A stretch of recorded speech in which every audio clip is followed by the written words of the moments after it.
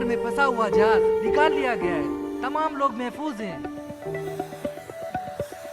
शहर से दूर हूँ पर खबरों से दूर नहीं। तो अभी अपना फोन उठाइए और समा SMS न्यूज अलर्ट्स हासिल करने के लिए SA टाइप कीजिए और भेज दीजिए 8125 पर। समा SMS न्यूज अलर्ट्स, जानते रहना लाजमी है।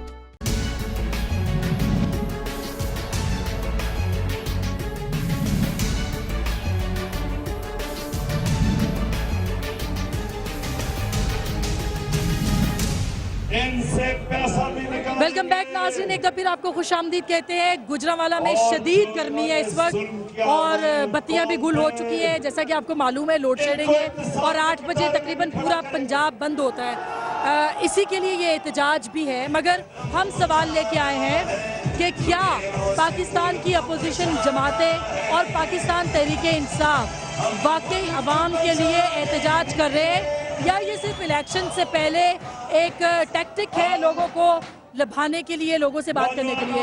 हम उस ट्रक पे मौजूद है जहां खान साहब इस वक्त जलसे से खिताब कर रहे हैं। मेरे साथ इस वक्त मौजूद है सेक्रेटरी इत्तलात पाकिस्तान तहरीक इंसाफ शफकत महमूद साहब। उनसे ये कब तक होता रहेगा कि अवाम बेचारी जिंदाबाद मुर्दाबाद के नारे लगाती रहे और अवाम को सिर्फ इस्तेमाल किया जाए इलेक्शन जीतने के लिए और इलेक्शन के वास्ते? क्या कोई संजीदा मूव हो सकती है कि अवाम समझे कि उनके लिए कोई काम करे? बिल्कुल, जो अपोजिशन का काम होता है वो हम कर रहे हैं। जो अपोजिशन के एक पॉलिटिकल पार्टी का काम होता है वो हम कर रहे हैं। हम इश्यूज़ को लेके अवाम में जा रहे हैं, लोगों के साथ राब्ता रख रहे हैं, लोगों को बता रहे हैं कि मुल्क को क्या ख़तरे दरपेश हैं। हम जलसे कर रहे हैं, एहतजाज कर रहे हैं।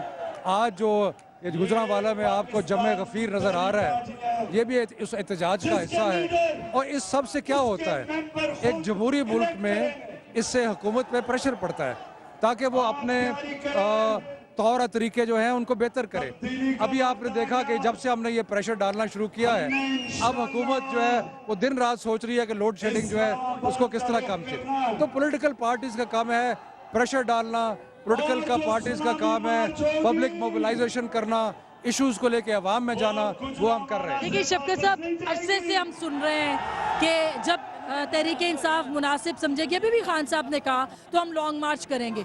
ये मुनासिब वक्त कौन सा है और कब आएगा, कैसे आ सकता है? देखिए, इस वक्त मुल्क में मुख्तलिफ इश्यूज़ हैं और वो सारे इश्यूज़ जो हैं अवाम को बहुत ज़्यादा अवाम में एक तकलीफ की लहर है। लेकिन हमने ये देखना है कि जब हम लॉन्ग मार्च करेंगे तो जैसे खान साहब ने अभी कहा, वो फिर हाफ हार्टेड लॉन्ग मार्च नहीं होगा। वो ये नहीं होगा कि लाहौर से चलें और गुजरांवाला से वापस हो जाए। फिर वो लॉन्ग मार्च होगा, इस्लामाबाद पहुंचेंगे और हुकूमत को हटा के दम लेंगे। लेकिन होगा कब? लोग तो कह रहे हैं इंतहा हो गई है। इसका हम फैसला करेंगे। मुनासिब वक्त हम जो हमारे ख्याल में जो मुनासिब वक्त है उस वक्त हम करेंगे। लेकिन जब हम करेंगे तो फिर तब्दीली के देखें, बात यह है हमें बहुत सारी चीज़ें सोचना पड़ती हैं। हमारे जो मुल्क का एक तारीख है उसको भी देखना पड़ता है। हमें देखना पड़ता है कि हमारा मकसद क्या है, हम लॉन्ग मार्च क्यों करना चाहते हैं। लॉन्ग मार्च हम इसलिए करेंगे कि हम चाहेंगे कि हमें एक इलेक्शन की राह हमवार हो। अगर लॉन्ग मार्च करने से बजाय इलेक्शन के कोई बांग्लादेश कोई ये वो इस किस्म की चीज़ हो जाती है तो इसका मतलब है कि जो हमारा मकसद है इलेक्शन और तब्दीली, उससे थोड़ा हम पीछे हट जाएंगे। शफकत साहब, यही बात तो PMLN कहती है। उनकी लॉजिक्स जो है वो आप तस्लीम नहीं करते कि अगर वो पार्लियामेंट से निकलेंगे तो क्या नुकसान हो जाएगा, वन साइडेड फैसले हो जाएंगे। और आपके पास अपने लिए लॉजिक है, उनकी मानते नहीं आप। फर्क ये है कि अगर वो पार्लियामेंट से निकलते हैं तो ये पार्लियामेंट की कोई साख जो थोड़ी बहुत है वो भी ख़त्म हो जाएगी। मतलब है कि अगर आप अंदाज़ा लगाएं कि 100 से ज़्यादा अगर सीटें जो हैं वो खाली हो जाएं और पंजाब में बाई इलेक्शन का ऐलान कर दें, क्योंकि बाई इलेक्शन नहीं, जनरल इलेक्शन, क्योंकि पंजाब में इलेक्शन नून लीग करा सकती है, तो एक मुल्क में माहौल बनेगा इलेक्शन का। लेकिन हमारा ये ख्याल है और मैं समझता हूँ कि मुझे इसमें यकीन है कि वो और पीपल्स पार्टी अंदर से मिले हुए हैं, वो दोनों इंतखाब नहीं चाहते।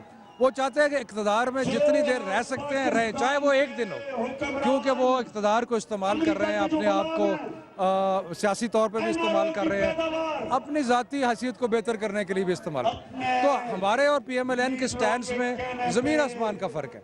हम जो है, हमारे पास आउटसाइड द पार्लियामेंट एक हथियार है, और वो है कि फाइनल जब हम सुनामी करेंगे, और वो हम सोच समझ के करेंगे।